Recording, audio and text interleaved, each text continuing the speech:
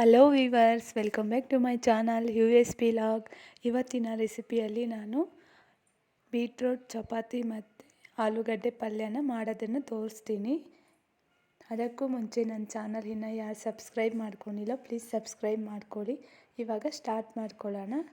ಒಂದು ಬೀಟ್ರೋಟ್ ತಗೊಂಡು ಸಣ್ಣಾಗಿ ಪೀಸ್ ಮಾಡಿಕೊಂಡು ಮಿಕ್ಸಿ ಜಾರಲ್ಲಿ ಹಾಕಿಬಿಟ್ಟು 1 ಲೋಟ ನೀರು ಹಾಕಿ ಫುಲ್ ಗ್ರೈಂಡ್ ಮಾಡ್ಕೋಬೇಕು. ನೋಡಿ, ಇವಾಗ ನಂದು ಗ್ರೈಂಡ್ ಆಗಿದೆ, ಮಾಡ್ಕೊಂಡಿದ್ದೀನಿ. ಇದನ್ನು ಪಕ್ಕಕ್ಕೆ ಇಡೋಣ. ಇವಾಗ ಒಂದು ಬೌಲ್ ತೊಗೊಂಡು ಅದಕ್ಕೆ ಟೀ ಸೋಸೋದಾಗಿರ್ಬೋದು, ಬೇರೆ ಏನಾದರೂ ಸೋರಿದ್ರೆ ಅದು ತೊಗೊಂಡು ಬೀಟ್ರೋಟ್ ಜ್ಯೂಸ್ ಮಾಡ್ಕೊಂಡಿರ್ತೀವಲ್ಲ ಅದನ್ನು ಜ್ಯೂಸನ್ನು ಸೋದಿಸ್ಕೋಬೇಕಾಗತ್ತೆ. ಒಬ್ಬೊಬ್ಬರು pippe ಸಮೇತ ಚಪಾತಿ ಹಿಟ್ಟಲ್ಲಿ ಸೇರಿಸ್ತಾರೆ. ಸದ್ಯಕ್ಕೆ ನಾನು pippe ಸೇರಿಸ್ತಿಲ್ಲ, ಜ್ಯೂಸ್ ಮಾತ್ರ ಸೇರಿಸಿ ಚಪಾತಿನ ಮಾಡ್ತಾಯಿದ್ದೀನಿ. ನೋಡಿ, ಇವಾಗ ನಾನು ಸ್ವಲ್ಪ 1 ಬೀಟ್ರೋಟಿಂದ ಇಷ್ಟು ಜ್ಯೂಸ್ ಬರುತ್ತೆ ಅಷ್ಟನ್ನು ಸೇರಿಸ್ತಾ ಇದ್ದೀನಿ ಒಂದು ಬೌಲಲ್ಲಿ. ನೋಡಿ, ನೀವು ಇದೇ ರೀತಿ ಸೇರಿಸ್ಕೋಬೋದು. ಅಕಸ್ಮಾತ್ ನಿಮಗೆ pippe ಬೇಕಾದರೆ ಸೇರಿಸ್ಕೋಬೋದು.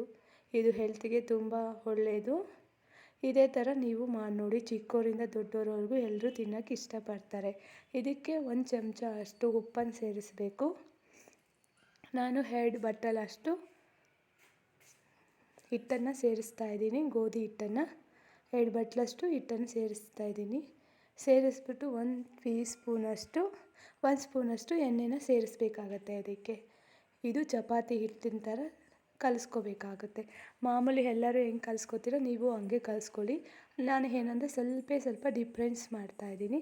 ಅದನ್ನು ಮೆತ್ತಗೆ ಕಲಿಸ್ತಾ ಇದ್ದೀನಿ, ಯಾಕಂದರೆ ನಾನು ಕೈಯಲ್ಲಿ ಪ್ರೆಸ್ ಮಾಡ್ಕೋತೀನಿ. ಅದಕ್ಕೆ ಸ್ವಲ್ಪ ಎಣ್ಣೆಯಲ್ಲಿ ಮೆತ್ತಕ್ಕೆ ಕಲಿಸ್ತಾ ಇದ್ದೀನಿ ಹಿಟ್ಟನ್ನು.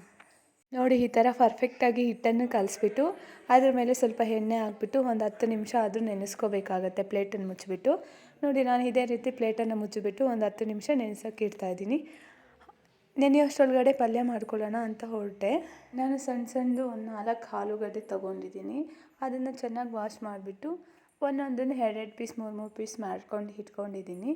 ಇದನ್ನು ನೀರಲ್ಲಿ ಹಾಕ್ಬಿಟ್ಟು ಒಂದು 2 ಲೋಟ ಇದಕ್ಕೆ ನೀರು ಹಾಕ್ಬಿಟ್ಟು ಸ್ವಲ್ಪ ಉಪ್ಪು ಹಾಕ್ಬಿಟ್ಟು ಬೇಯಿಸ್ಕೋಬೇಕು. ನಾನು ಅದನ್ನೆಲ್ಲ ವೀಡಿಯೋ ತೊಗೊಂಡಿಲ್ಲ, ಲೆಂತಿ ಆಗುತ್ತೆ ಅಂತೇಳ್ಬಿಟ್ಟು. ನೋಡಿ, ಇವಾಗ ಬೇಯಿಸ್ಕೊಂಡು ಹೊಟ್ಟು ಬಿಡಿಸಿ ಇಟ್ಕೊಂಡಿದ್ದೀನಿ. ಅದನ್ನೆಲ್ಲ ನುಣ್ಣಗೆ ಸ್ಮ್ಯಾಶ್ ಮಾಡ್ಕೋಬೇಕು. ನೋಡಿ, ಸ್ಮ್ಯಾಶ್ ಮಾಡ್ಕೊಂಡು ಇಟ್ಕೊಂಡಿದ್ದೀನಿ. ಇವಾಗ ಒಗ್ಗರಣೆಗೆ ಈರುಳ್ಳಿ, ಕರಿಬೇವಿನ ಸೊಪ್ಪು, ಕಡಲೆಬೇಳೆ ಮತ್ತು ಕೊತ್ತಂಬರಿ ಸೊಪ್ಪು ಹಚ್ಕೊಂಡಿದ್ದೀನಿ.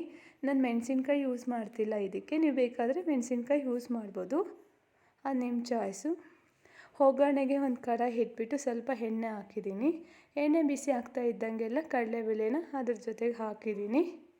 ಸ್ವಲ್ಪ ಬ್ರೌನ್ ಕಲರ್ ಆಗೋವರೆಗೂ ಕಡಲೆಬೇಳೆ ವೆಯ್ಟ್ ಮಾಡಬೇಕಾಗತ್ತೆ. ಒಂದು 2 ಮಿನಿಟ್ ಆದರೂ ವೆಯ್ಟ್ ಮಾಡಬೇಕು.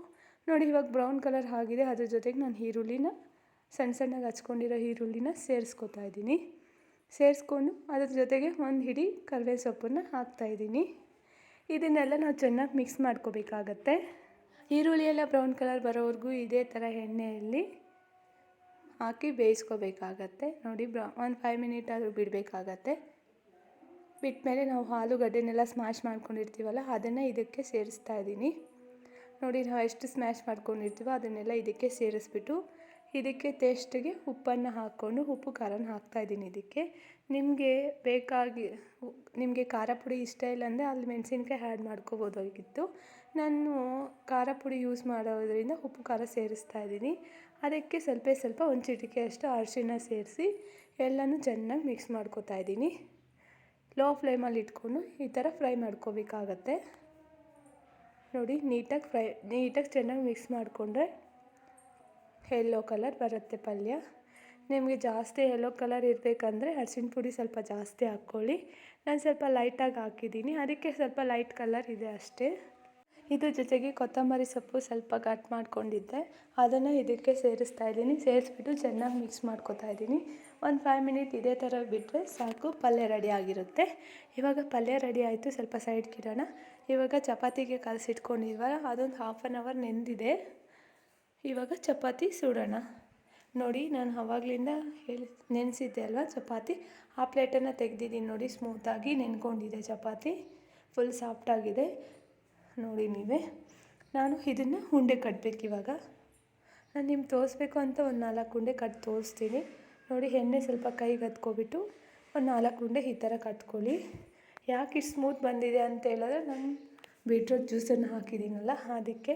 ಪಿಪ್ಪೆನೆಲ್ಲ ಹಾಕಿದ್ದಿದ್ರೆ ಸ್ವಲ್ಪ ರಫ್ ಬರ್ತಾಯಿತ್ತು. ಜ್ಯೂಸ್ ಮಾತ್ರ ಹಾಕಿರೋದಕ್ಕೆ ತುಂಬ ಸ್ಮೂತಾಗಿದೆ. ನಾವು ಇದನ್ನು ಎಷ್ಟು ತೆಳ್ಳಗೆ ಬೇಕಾದರೂ ಅಷ್ಟು ತೆಳ್ಳಗೆ ತೀಡ್ಕೊಬೋದು, ಚಪಾತಿ ಉಜ್ಕೋಬೋದು. ನೋಡಿ ಇವಾಗ ನಾನು 4 ಉಂಡೆ ಕಟ್ಟಿದ್ದೀನಿ ನಿಮ್ಗೆ ತೋರಿಸೋಣ ಅಂತೇಳ್ಬಿಟ್ಟು. ನಾನು ಹೋಳಿಗೆ ಪೇಪರ್ ಮೇಲೆ ಚಪಾತಿನ ತೀಡ್ಕೋತಾ ಇದ್ದೀನಿ.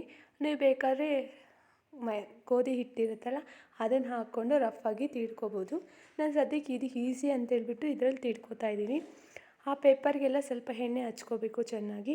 ಎಣ್ಣೆ ಹಚ್ಕೊಬಿಟ್ಟು ಉಂಡೆ ಇರುತ್ತಲ್ಲ ಒಂದು ಉಂಡೆನ ತೊಗೊಂಡು ನಿಮ್ಗೆ ಯಾವ ಶೇಪ್ ಬೇಕೋ ಆ ಶೇಪನ್ನು ತಿರ್ಗಿಸ್ಕೋಬೋದು. ರೌಂಡ್ ಶೇಪ್ ಬರುತ್ತೆ.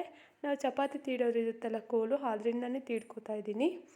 ನೋಡಿ ನಿಮ್ಗೆ ಎಷ್ಟು ತೆಳ್ಳಗೆ ಬೇಕಾದರೂ ಅಷ್ಟು ತೆಳ್ಳಗೆ ತೀಡ್ಕೋಬೋದು. ಎಷ್ಟು ರೌಂಡ್ ಶೇಪ್ ಬೇಕೋ ಅಷ್ಟು ತೀಡ್ಕೋಬೋದು. ಎಷ್ಟು ಸ್ಮೂತಾಗಿ ಎಷ್ಟು ತೆಳ್ಳಗೆ ಬಂದಿದೆ. ಇವಾಗ ಕಾಯೋಕ್ಕೆ ಹೆಂಚಿಡೋಣ. ಹೆಂಚು ಬಿಸಿ ಆಗೋವರೆಗೂ ವೆಯ್ಟ್ ಮಾಡಬೇಕಾಗತ್ತೆ. ನೋಡಿ ಇವಾಗ ಹೆಂಚು ಬಿಸಿ ಆಗಿದೆ. ಆ ಹೋಳಿಗೆ ಪೇಪರ್ ಮೇಲೆ ತಟ್ಟಿದ್ನಲ್ಲ ಅದನ್ನು ಇದರೊಳಗಡೆ ಹಾಕೋಣ. ನೋಡಿ ಸ್ವಲ್ಪ ಬಿಸಿ ಆಗ್ತಾ ಇದ್ದಂಗೆ ಅದೇ ಪೇಪರ್ ಬಿಟ್ಬಿಡುತ್ತೆ. ನಾವೇನು ಕಷ್ಟಪಟ್ಟು ತೆಗೆಯೋಷ್ಟು ಅವಶ್ಯಕತೆ ಏನಿಲ್ಲ. ಒಂದು 2 ನಿಮಿಷ ಇದೇ ಥರ ಬಿಟ್ಬಿಡಿ. ಆ ಪೇಪರ್ ಅದೇ ಲೂಸಾಗಿ ಬಿಟ್ಬಿಡುತ್ತೆ. ಅವಾಗ ತೊಗೊಬಿಡ್ಬೋದು. ತೊಗೊಂಡು ಇದ್ರ ಮೇಲೆ ಚಪಾತಿ ಮೇಲೆ ಏನು ಎಣ್ಣೆ ಹಾಕೋ ಅವಶ್ಯಕತೆ ಇರಲ್ಲ. ಯಾಕಂದರೆ ನಾವು ಕಲಸೋವಾಗೂ ತುಂಬ ಎಣ್ಣೆ ಹಾಕಿರ್ತೀವಿ. ಪೇಪರ್ ಮೇಲೆನೂ ತುಂಬ ಎಣ್ಣೆ ಇರುತ್ತಲ್ಲ, ಅದಕ್ಕೆ ಮತ್ತೆ ಏನು ಇದ್ರ ಮೇಲೆ ಎಣ್ಣೆ ಹಾಕಿ ಏನು ಬೇಕಾಗಿಲ್ಲ. ನೋಡಿ ಲೂಸ್ ಬಿಟ್ಟಿದೆ ಇವಾಗ.